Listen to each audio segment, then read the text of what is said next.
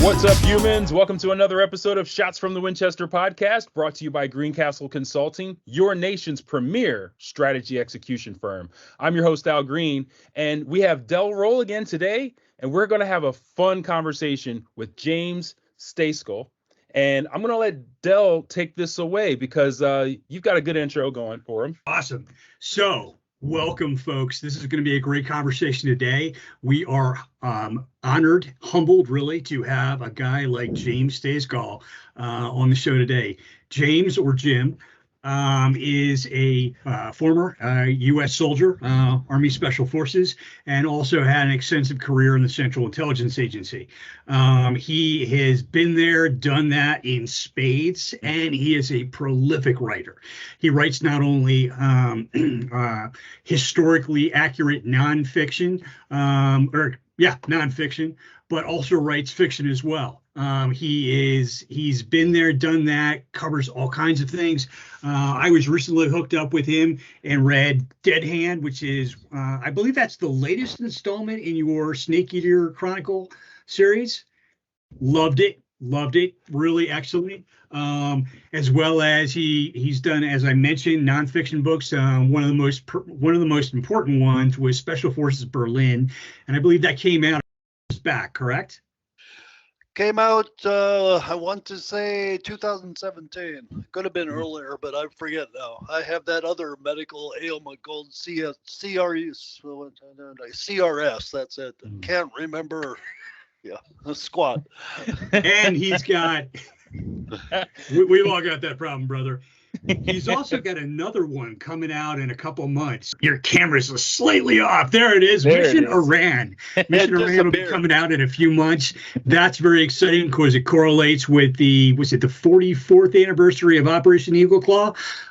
So looking forward to that. But hey, you didn't tune in to listen to me. You tuned in to listen to James. So Jim, tell us about yourself, brother. Tell us about how you got into writing and your background, and let's just chew some fat. Wow. That's one of those process questions, I think, right, Al? Yeah. I've always been interested basically in reading. From a very young age, I spent a lot of time in the library because I didn't have to buy books. Still a great place to go. So I was born and raised in the great state of Nebraska, the town of Omaha, small town on the edge of the Great Plains, and my father was in the military in World War II, and so he was not only my dad, but he was my mentor and really my example. So from a very young age, I couldn't decide what I wanted to do.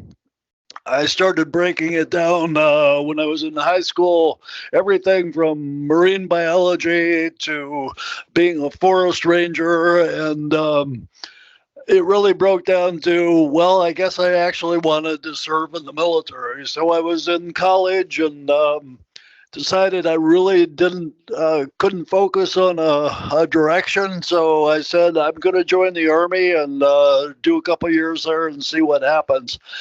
23 years later, I still couldn't figure out what I was going to do. So I quit, medically retired out of the military. I had also enjoyed photography from a very young age. So my wife was a State Department employee still, well, up until 2 years ago. So I was retired. I was going to follow her to her next assignment, which was Africa. I had a quote unquote job as a freelance photographer. And I was just about ready to do that when I got a telephone call. Well, actually, my wife brought home a note from a briefing that a CIA officer had given her and said, have your husband call this telephone number. So I did. And shortly thereafter, I was working with the CIA in Africa in a place where they didn't have any officers. So It's been a rough and tumble. I've had some good times and some bad times in both the Army and the agency, but overall, I couldn't see my life going any other way. And along the way, I have always been interested in not really attempting to become the next Jean Le Carré, but at least writing some stories that I had in my head that I thought I could share with people. So that's what I'm trying to do now. I started out actually in fiction. I did write some military history on the side. Depends on which week it was. This week it was military history. This week it was fiction. So in that regard, my writing often becomes what I now call faction, which is a combination of truth and lies. Sometimes it's easier to write the lies so that you can get it published, because the government censors are a real pain in the backside. Anyway, I don't know if that answers your question, but that's sort of where I've been coming from for the past while. Oh, that's fantastic. So about your military career, so you were in Army Special Forces, correct?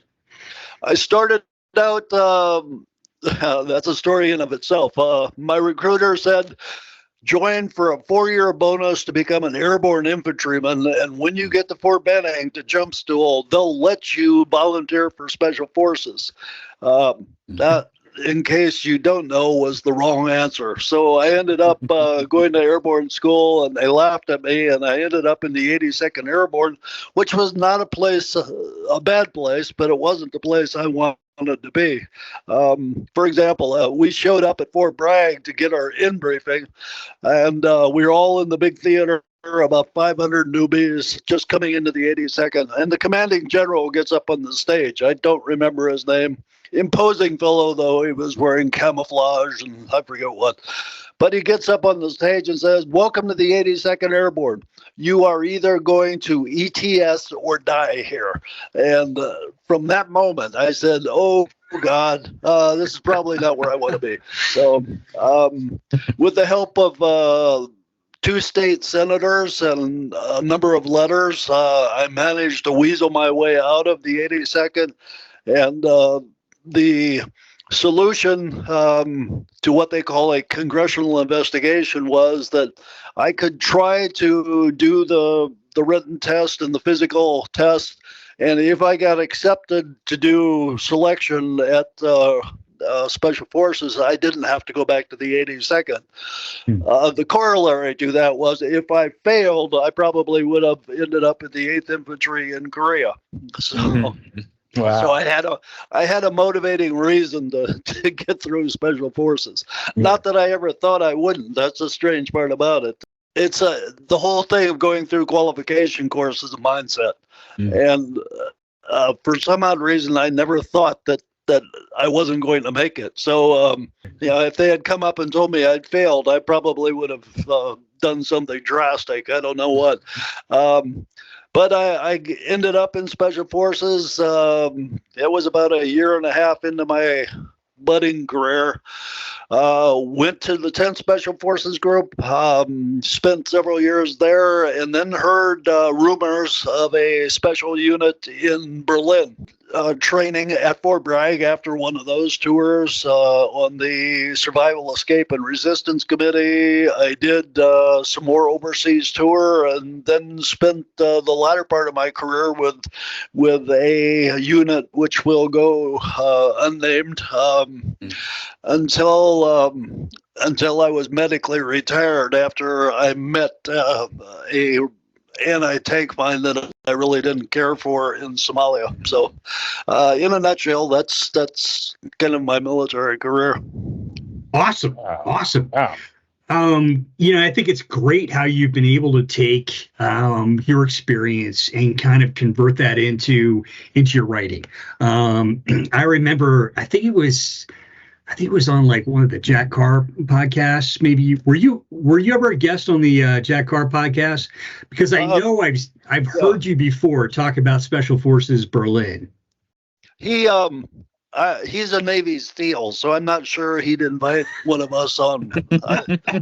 I keep waiting for him to call me, but he never does. So anyway, no, he's also a prolific writer and does very well showing us the Navy side of thing. But I have not been on a show. I've been on a couple of other shows though, and it's probably one of those. But I mean, I think it's fantastic that you were able to write a history of that unit in that time, because bluntly, if you hadn't written it, it never would have been written.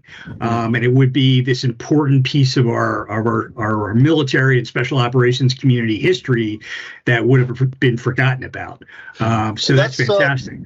That's the rationale behind writing, or was the rationale. I went down to Fort Bragg to brief the commanding general, who at that time was Charlie Cleveland. And he retired a 3-star general, but I was briefing him saying, I want to write this story, and explained to him how I was going to do it. 2 of the Army historians were in on the meeting, and both of them were vigorously shaking their head, saying, no, you can't write it, it's classified. And I said, I understand that. There's a process for this. You write it, you submit it to the Army, and they rip out everything they don't like and then let you publish what's left. So they kept protesting. The only encouragement I had was those 2 guys were sitting here. Charlie Cleveland was sitting here. They're shaking their head one way, and he's shaking his head. Yes, do it. And so with that, it's basically, because you're right, the story would never have been told. The documents involved, historical documents, most of them had already been destroyed, either by negligence or ineptitude. So I was forced to recreate a lot of the information based on interviews with people. I interviewed probably 65 or 70 of the unit members that were involved from the beginning of 1956 until it closed down in 1990. And the fact that I also spent 10 years in Berlin with both units, both iterations of the unit, helped out quite a bit. So I knew a lot of things. To give you an example of some of the difficulties, I called one gentleman who had been in the unit in the 1960s, and I told him what he was going to do. I got about 30 seconds of conversation out, and he said, I can't talk to you about this. It's all classified. And he hung up on me. Oh, I'm going, that was fun. So I talked to other people and got some good interviews. Some of the guys that were there at the very beginning, Sully Fontaine, who was a OSS guy in World War II and was one of the counterintelligence guys at 10th Group down at Bad Tolz, who helped organize the move, was one of the guys I talked to. So I'm going along, and about 6 or 7 months later, I'm kind of wrapping up all my interviews, and I get a telephone call, and I realize from the number, this is the guy that had hung up on me before. And he calls up. I pick it up and said hi, and he goes, "Hey, I hear you're writing a book. I got some stories for you."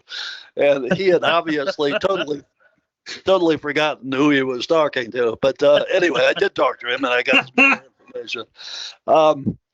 Part of the difficulty was some guys like to tell stories. Everybody likes to tell a story about how they were the 2 against 2,000. So my difficulty was often that I had to corroborate stories. So there's quite a few individual stories that may not have made it in there because I could not balance them off with somebody as a witness. So, but it was an experience. Wow. Oh, I'm brought back some memories, and yeah. Anyway, a lot of fun. It makes you recognize that there's so many stories that aren't ever going to be heard about, because things are classified. And there's some amazing people that have risked everything to do the things that we'll never know about. that are keeping us alive and keeping us protected as a country and all those things. So yeah, that's remarkable. That's it's absolutely right. And to cue fiction, that's kind of where some of my fiction comes from. It's those stories that maybe couldn't be told, but if you change them a bit, the government has the fig leaf to say it's fiction, it didn't happen. So yeah, that kind of slips into my my fiction stories. Yeah. And even when you don't take that approach, but you're what I read in Dead Hand, which I thoroughly loved. What I loved about it was there was the authenticity of somebody who's been there, done this for real, who has lived this life. So that's very much in there. You've got pieces of Cold War history that dollars to donuts, 99% of the population doesn't know anything about. I guarantee you that the overwhelming majority of the population does not know about Dead Hand because it was a real thing. But additionally, one of the things I really like is you brought in is there's this father-son relationship in Dead Hand that I'm assuming kind of branches out through the entire series of a father who is retired, kinda, and a son who is still in the military and still actively doing this work. So where did that idea come from? I'm going to go back to Jean Le Carré now. And when I started reading him, I was wondering where he was getting this information about how one of his protagonists is so badly influenced by his father. And Jean Le Carré goes through his whole litany of novels, and you see a father and a son, a father who is a con man, who constantly is playing up his importance, who spends all his son's money and promises great things. And it turns out that that's John Le Carré's true father. But it turns out that was his father. And when he writes his almost final book, Pigeon Tunnel, he talks about it a great deal. And it's exactly what was in his novels. My father, luckily, was not like that. He was my mentor. He, like I said, he served in World War II and went back to family life, but he influenced me greatly. So that interplay between father and son is something that I experienced myself when I was growing up, and that's where that comes from. Now, that novel, Dead Hand, is actually taking place right now, 2024. If you go back to my first novels, you see some other characters, and they grow up, and the characters change. It's just like a team. You've got a coach, you've got the players. Some of the players age out, the coach ages out, new players come in. But the protagonist, the main protagonist in Dead Hand, is a guy that I introduced several books ago. My newest book, which just went to the publisher, actually goes back to the beginning, 1956. And you're going to see some of the very early people that were involved who will either grow into the characters I've already written about, or they will be the fathers or mothers of some of the characters that show up later. And so this whole thing is starting to get very intertangled. So I've got a big chart now to keep everybody straight. It's sort of like a family diagram of everybody that takes part in all these novels. But yeah, that's cool. I love that you're putting that effort into it to like show their lives like that, and it's interesting trying to keep track of all those nuances, especially with families and relationships like that. That's pretty cool. It's a bit challenging, but then I don't have any control over it either, because I will be writing along and I'll realize that I've brought somebody into the show that I've seen before, and he's playing a part, and he's the entertain. It's one big mess, one big team operation where you've got not just one guy that is running through all the novels, but a whole bunch of different ones that each have their skills and their negative characteristics and their positive abilities to show in these novels, and it makes it a lot of fun. I'm a big process guy, especially with characters and stuff, and I always feel like, and Del and I, we've done a lot of interviews with a lot of thriller authors like yourself, and one of the things that I find that's intriguing and good for other writers to note is that we take a lot from other people in our lives, and we can combine those people and traits from ourselves to create these dynamics and these characters, and even some actual backstories. Like one of the characters that I'm working on in my story, I just threw a little curve in there from something that actually happened to me when I was younger, which everyone has different experiences, and so you feel like something that's so normal for you, but to someone else, they've never experienced that before. So it's like great to put out there. Yeah, it's that makes it real, and I think it brings a lot of authenticity to a story when you can do that and relate on actual experiences. There are a number of personal characteristics I bring in that some of my characters very well represent people that I've met or worked with over the years. So if you read my book, Appointment in Tehran, apropos of the Iran hostage thing, I have to bring in a lot of the history. So in that way, it's a historical fiction. And the players in that historical fiction in that novel are people that I know, people that took part in the operation, and I can use them. I can use their personalities, albeit a bit changed. Their names have changed to protect the innocent or not so innocent. But that again, I think, brings authenticity to the work. That is cool.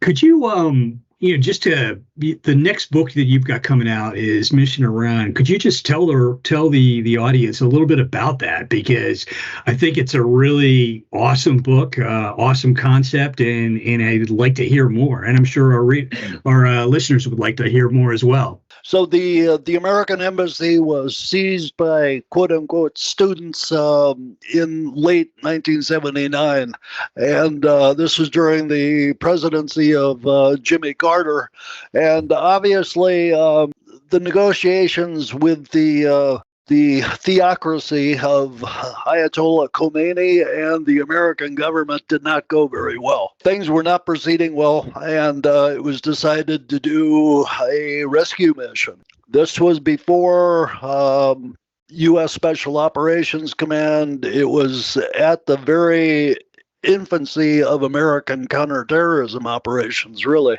So what was put together as an operation to rescue the hostages was basically the best we could do at the time. It involved a number of units, including that one at Fort Bragg, which everybody calls Delta Force. I seem to remember that was redacted from my book. Despite the fact that there are movies and books about it, the military is still very concerned about that being exposed too much, which I understand. But there were also other units. Obviously, the Rangers were going to be involved to do an airfield seizure to get the hostages out after they were rescued. The Navy was involved, initially at least. Navy helicopters and Marine pilots, Air Force pilots. But what people do not really know about is the participation of my unit that was in Berlin, Special Forces Berlin. And that unit played two parts. Charlie Beckwith, who was responsible for the actual ground operation of rescuing the hostages, had a problem. He had two targets targets that he had to go in and hit. One was the American Embassy, which was an approximately 20-acre compound with about 15 or 16 buildings. I forget exactly how many. And there were located on that site about 55 hostages. So he had a 90-man force that was going to go in and take down that embassy. But the problem was there was another target where there were 3 American hostages. And that was the Iranian Foreign Ministry, which was about 2 miles apart. So Beckwith said, I cannot handle this. I have 90 people who are qualified and ready to go. I need them all for the embassy. The foreign ministry is going to have to be handled by someone else. And our commander, a guy by the name of Stan Olszewicz, was commander of Special Forces Berlin, said, I can handle it. I can handle the mission. What most people didn't know was Beckwith's force was the newly constituted national force, a counterterrorism force. In fact, it had only been certified the day, actually, of the hostage takedown, of the embassy takedown. So he had his force at Fort Bragg. But what people don't know is there was another counterterrorism force that had been formed in Europe about 2 years prior to that. It wasn't the national force.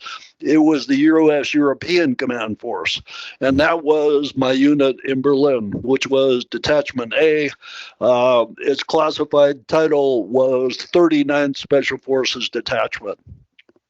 Very small unit, very highly trained, both in urban warfare, urban unconventional warfare, and counterterrorism. Wow. So our folks were going to make up the part of the force that went in to take down the Ministry for Foreign Affairs. There was another aspect of that operation, and that was the fact that they did not have good intelligence on either the MFA or the embassy or the airports or the city or anything, because all the intelligence sources had been either compromised or contact had been lost with them when the embassy was taken. So a team was sent in to collect that intelligence. And that team also came from Berlin. The first 2 guys were 2 friends of mine that went in under civilian cover. And their mission was probably the only success of that operation. When it was aborted and the helicopter crashed into the C-130, that was what everybody knows about. That was the failure of the mission.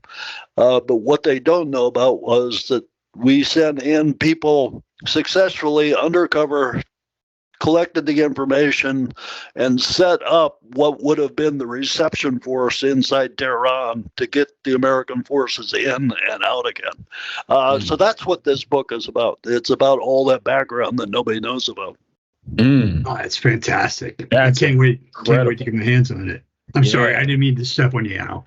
No. I was just saying that's incredible. I was just going to say it's sort of an Argo-like story, except the ending is not quite as nice as Argo. Yeah. Anyway, so that's coming out in June in the United States. So I'm looking forward to that. Nice. Oh, fantastic. Can't wait to get my hands on a copy. I got a question about process, and typically it comes down to as a writer, you want to know that what you're doing makes sense and that you're not crazy. And so I like to talk about process so that we all recognize, hey, okay, so he does it too, or she does it too. So so like, what is your process? Like when you write, what draws you through your storylines? I warned you about this, Al. One time when I was in the Army, there was a colonel who was in charge of all the plans of USUCOM, of the U.S. European Command.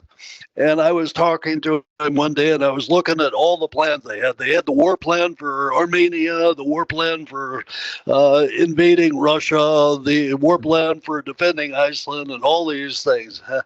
And I'm talking to him about those. He goes, but he points out one in the corner and says, "That's our most important plan." And it was just a big folder. It was about this wide. It had the letters MSU written on it. And he said, every time a general comes in, I show them the plans and I wait for them to see that plan and ask me what it is. And he goes, "Oh, well, that's our most important plan." That's his answer. I said, MSU, what's that mean? Make shit up. I get that now. So my method is I take things in my life or ideas that I have and I say, what if?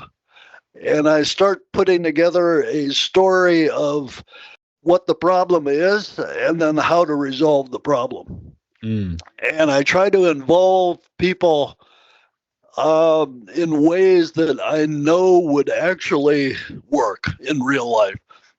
So I fall back on my experience. And I test things out using what I know to be true, things I know that will work, and then I try to work that into a storyline. And quite often I get myself into a bind because I cannot figure out how to go forward. So I will often kick back and I will diagram out what I'm doing and try to figure out how this problem can be solved. Dead Hand was not too much of a problem, but the one I just finished writing, which is going to be called Ratcatcher of Berlin, had some very complicated scenes that I had to diagram out and figure out how they would work before I could go forward with them.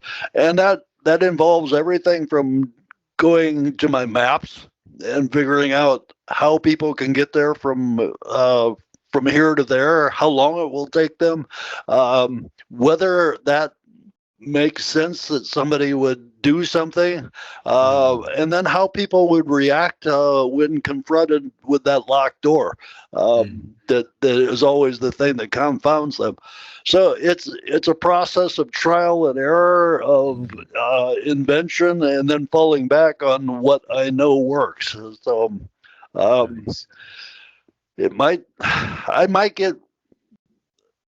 I think Ratcatcher took me about 8 months to write.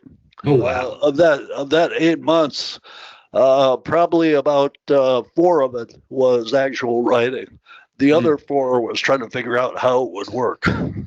I totally understand that. Yeah. So that's how you write a fiction piece. When you're writing nonfiction, what's that process like? Because I mean, Al and I, we write in the fiction space, and to date, I don't think we've had a nonfiction writer on the show just yet. So put that on our list of things to do. Yeah. So Jim, when you're writing nonfiction, what is your process in that case? Like, could you walk us through like the whole exploratory interview process, how you gather the information? Do you build a framework?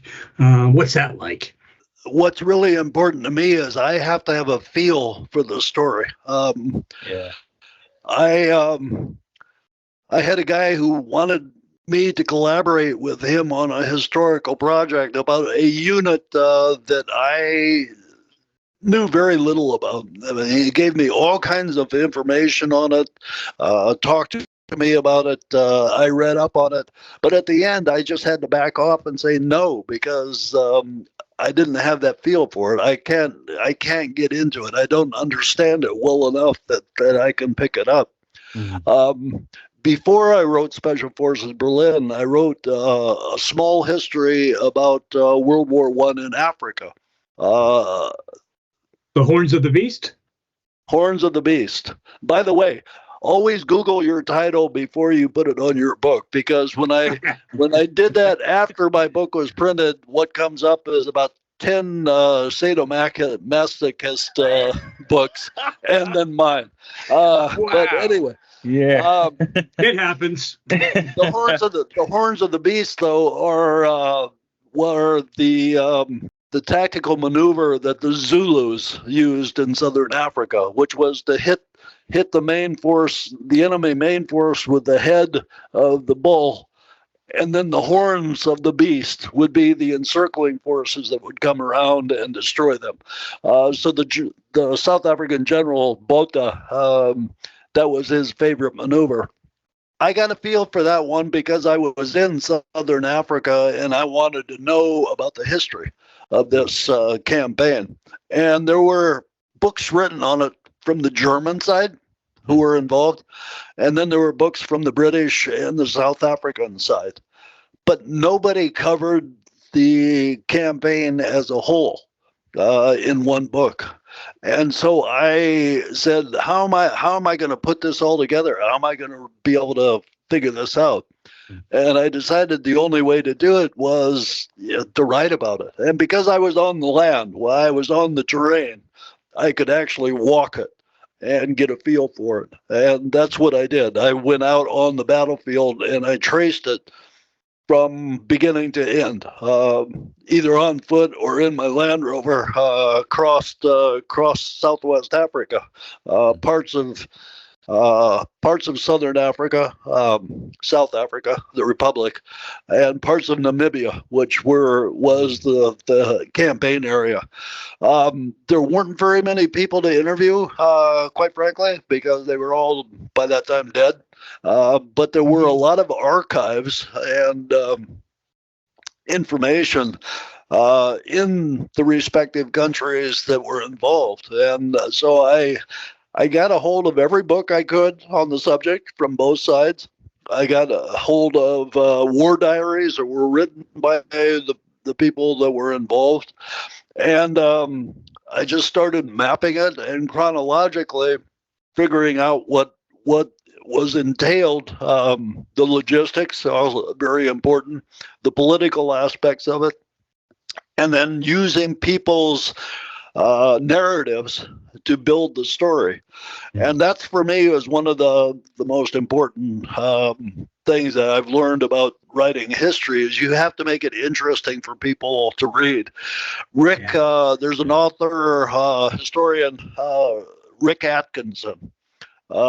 He has written a trilogy on the Americans in World War II, and he's writing one also now on the Revolution. But he writes in a very free-flowing style. It's not dates and places and things like that. It's the narratives of the people that were involved. That was very influencing to me.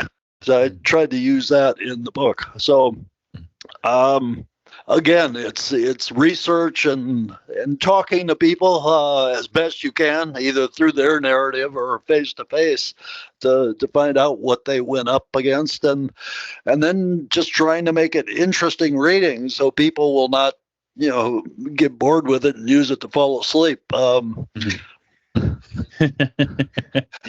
it's worked pretty well so far. Awesome. So what is No Moon as Witness? What is that about? No Moon as Witness was a book that my publisher kind of asked me to do, and that's it's a comparative. It's a bit more. It's a concise book. It's a small book, but it's the history of the British Special Operations Executive and the American Office of Strategic Services during World War II. Essentially, the predecessor of American Special Forces and the CIA Special Activity Division were the OSS. SOE was kind of a bastard unit within the British military because at that time they had MI6, or the Secret Intelligence Service, as it were, and they had the Special Air Service at the time. Both units were put together as a sort of a last-minute solution to the problem. And the problem was that the Germans were doing whatever they wanted to in Europe, and until we could mount an invasion, we had nothing to harass them and give them a hard time. So the resistance forces were trying to fight the Germans, but having a hard time of it. So the British and the Americans formed these two organizations. And the book is about how these organizations were formed, the thought process behind it, how the people were selected, how they were trained, the toys they got to use. And then I go through a selection of operations that some were successful and some were not so successful. One of the big operations, of course, was the British sent 2 Czech soldiers into Prague to kill basically the leader of the German protectorate of Czechoslovakia, and that was Reinhard Heydrich, who was a very bad man. The operation was successful. Heydrich was killed, but the retribution that the Germans enacted on the Czech population makes people wonder if it was not a Pyrrhic victory, because about 25,000 people were executed for killing that one man. So, good parts and bad parts. Yeah, awesome. What's next after Mission Iran comes out? What do you got on tap for us next? Are we talking fiction or nonfiction? Either or, brother. The whole gambit. Well, I am continuing with my fiction stories. As I mentioned, the Ratcatcher Berlin just went to the publisher. It's been cleared by everyone, including DOD.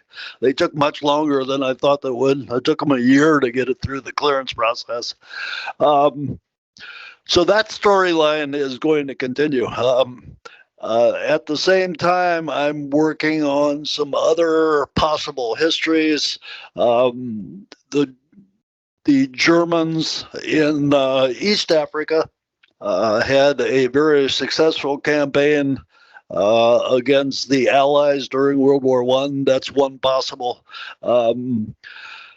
So we'll see. I am interested in unconventional warfare and special operations. It does not have to be modern, but I like to go back and tell those stories. You know, Lords of Arabia is one. I may go back further than that, but who knows?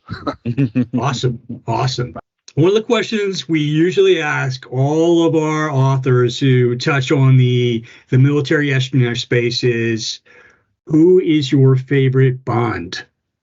And I'm not saying there's a right answer. I'm not saying there's a wrong answer. Well, actually, you know, I said, like I was actually going to have to think about it, but I don't. My favorite Bond goes back to the early Sean Connery. You know.